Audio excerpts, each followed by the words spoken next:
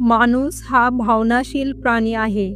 त्याच्या मनात आनंद, दुःख, प्रेम, भीती यांच्याबरोबरच राग ही भावना जन्मताच असते.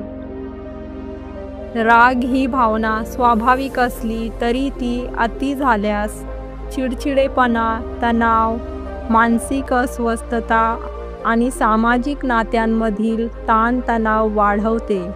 आजच्या धावपळीच्या जीवनशैलीत रागाचे असंतुलित प्रकटीकरण हा मानसिक आरोग्यासाठी गंभीर धोका बनतो आहे.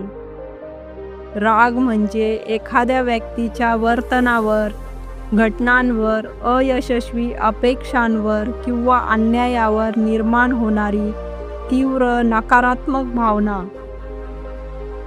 चिडचिडेपणा हा रागाचा एक प्रकार असून तो वारंवार होणाऱ्या अस्वस्थतेचा आणि सहिष्णुतेचा परिणाम असतो.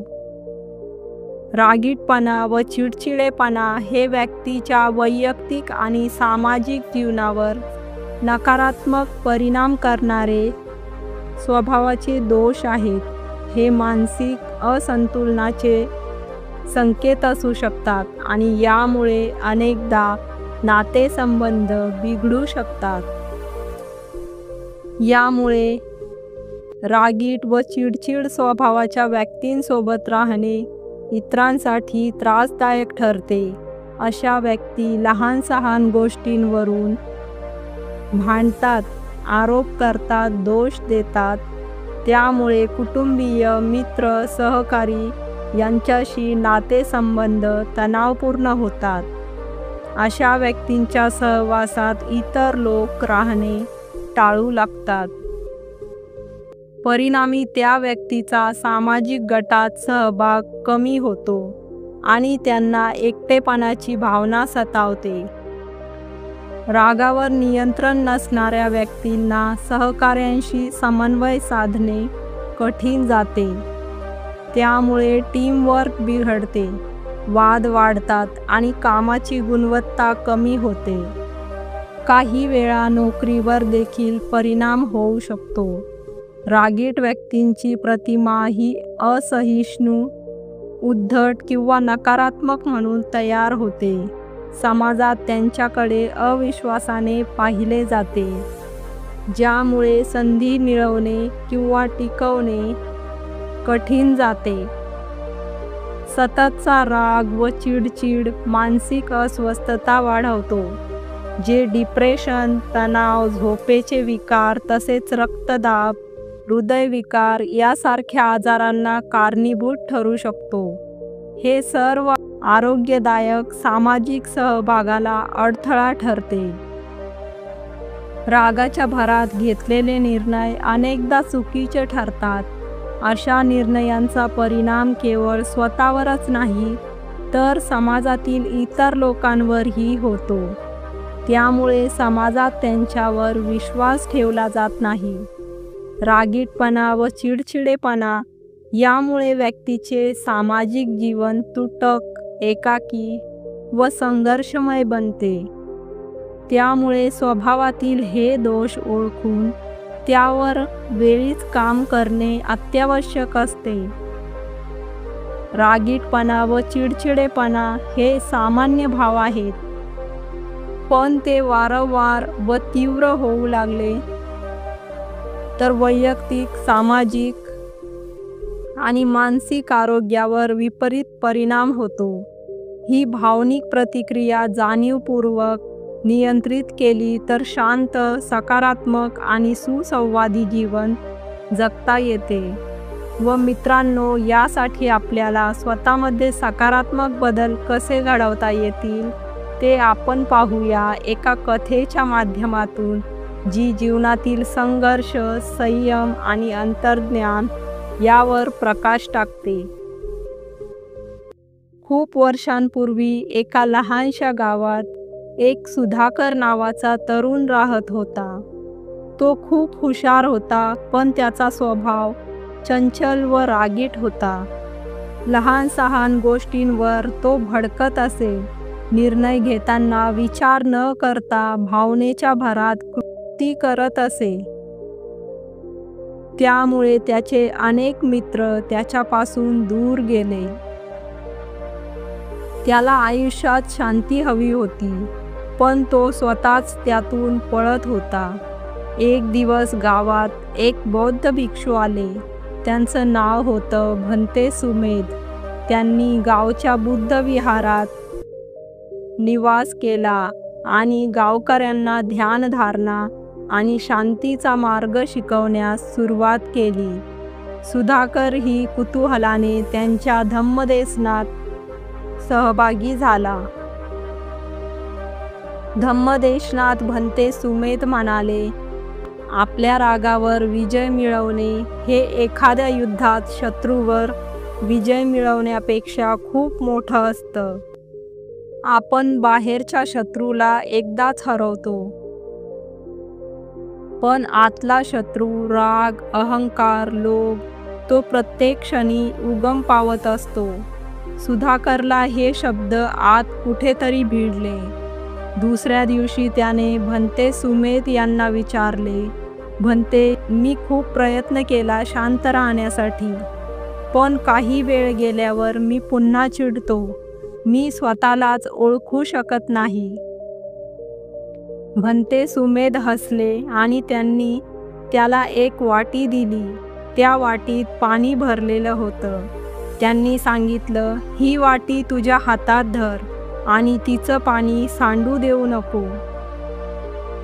सुधाकर ती वाटी घेऊन चालू लागला. काही अंतर चालल्यावर रस्त्यात काही लोक मोठ्याने ओरडू लागले. कुत्रे भुंकायला लागले आणि वाऱ्याचा जोर वाढला. त्याचं लक्ष विचलित झालं आणि काही थेंब पाणी सांडलं. तो पुन्हा भंते सुमेध यांच्याकडे परत गेला. भंते सुमेध म्हणाले, बघ, तुझं लक्ष पाण्यावर राहायला हवं होतं, पण तू बाह्य गोष्टींवर लक्ष केंद्रित केलं आणि पाणी सांडलं. हेच आपल्या आयुष्याचं सत्य आहे. आपण बाहेरच्या लोकांच्या वागणुकीला, अपमानाला, अवहेलनेला महत्त्व देतो आणि आपली शांती जसे हे पाणी सांडून टाकतो. जर तुझं लक्ष तुझ्या अंतःकरणातील शांततेवर असेल तर बाहेर कितीही गोंधळ असो, तू स्थिर राहशील. त्या दिवशीपासून सुधाकरने स्वतःवर काम करण्यास सुरुवात केली. तो दररोज ध्यान करू लागला. स्वतःच्या विचारांकडे निरीक्षकासारखा पाहू लागला. काही महिन्यातच त्याच्या स्वभावात मोठा बदल झाला. गावातले लोक पुन्हा त्याच्याशी जवळीक करू लागले आणि तो स्वतःमध्ये आत्मशांती अनुभवू लागला. मित्रांनो, ही कथा आपल्याला हे शिकवते की बदल शक्य आहे, फक्त तो आपल्या आत सुरू झाला पाहिजे. स्वतःवर विजय मिळवणं हेच खरं यश आहे. शांती हे बाहेर मिळवण्याचं नव्हे तर आत शोधण्याचं स्थान आहे. ध्यान आणि संयम हा राग आणि द्वेषावर मात करण्याचा मार्ग आहे. राग हा एक स्वाभाविक मानवी भाव आहे, पण त्याचं अतिरेक होणं किंवा त्यावर नियंत्रण नसणं ही एक गंभीर बाब आहे. आजच्या यांत्रिक जीवनात भावनिक स्थैर्य हे मानसिक आरोग्याचं मूळ आहे. त्यामुळे रागावर काम करणं ही कोणतीही कमकुवतता नसून ती आपल्यातील परिपक्वतेची खरी ओळख आहे. यासाठी मित्रांनो, राग येताना लगेच प्रतिक्रिया देणे टाळा. थांबा, खोल श्वास घ्या आणि विचार करा. 1 ते 20 पर्यंत मनात मोजा. त्या क्षणी काहीही न बोलता किंवा न वागता स्वतःला स्थिर करा. मन शांत ठेवण्यासाठी रोज ध्यानधारणा करा. रोज 10 ते 15 मिनिटं अनुलोम विलोम करा. मी शांत आहे, मी स्थिर आहे असे सकारात्मक वाक्य मनात म्हणा. अपुरी झोप व असंतुलित आहार राग वाढवतो. दररोज किमान 7 ते 8 तास झोप घ्या. पचनास जड व तीव्र मसालेदार चहा, कॉफी, साखरेचा अतिवापर टाळा. रोज 30 मिनिटांचा व्यायाम मनातील तणाव कमी करतो. चालणे, योगा, सायकलिंग, झुंबा यापैकी काहीही निवडा. शरीर हलवले की मन हलके वाटते. मनातलं लिहून काढणं म्हणजे भावनांचं डिटॉक्स करणं होय. त्यामुळे आपल्या भावना या कागदावर उतरवा. रोजच्या शेवटी 5 मिनिटं आज काय त्रास दिला हे लिहा. राग येणाऱ्या प्रसंगांची नोंद ठेवा. हळूहळू त्या टाळता येतील. स्वतःला वेळ द्या. स्वतःशी संवाद साधा. तुम्हालाही विश्रांती हवी असते. दर आठवड्याला थोडा मी टाईम ठरवा. आवडते छंद जोपासा. वाचन, चित्रकला, संगीत, बागकाम असे छंद जोपासा. समोरच्याला तू चुकला आहेस असं न म्हणता मला असं वाटतंय असं बोला.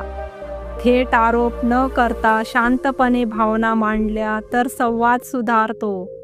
संवादी पद्धतीने भावना व्यक्त करा. राग हा तणावाचा परिणाम असतो. तणाव नियंत्रणात ठेवा. मोठ्या कामांना लहान भागात करा आणि जास्तीच्या कामांना नाही म्हणण्याचा सराव करा. नकारात्मक लोक तुमचा राग उडवतात. सकारात्मक लोक मन शांत ठेवतात. ज्यांच्यासोबत तुम्ही सहज आणि मोकळं वाटतं त्यांच्यासोबत वेळ घालवा. गरज पडल्यास मानसोपचार तज्ज्ञाची मदत घ्या. रागीटपणा आणि चिडचिडेपणा घालवणं हे शक्य आहे, पण त्यासाठी स्वतःला समजून घेणं, शिस्तबद्ध सवयी आणि शांतता मिळवण्याची इच्छाशक्ती आवश्यक आहे.